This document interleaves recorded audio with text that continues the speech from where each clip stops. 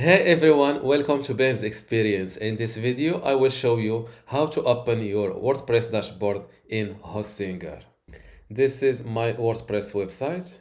To open my WordPress dashboard directly from Hostinger, all I need to do is click on Websites from the top, then hit Dashboard next to your website, and on the right side of the screen, click on Admin Panel.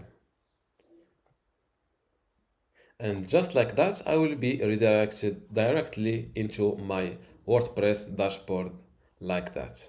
Before you go, I have something special for you. I have two free online video courses for you. The first one is about Hostinger hosting and WordPress managing, and the second one shows you how to use Hostinger website builder to make basic websites or online shops. You can get them both for free just by clicking the link in the description. If you like this video, give it a thumbs up and subscribe. If you have any question, leave a comment below.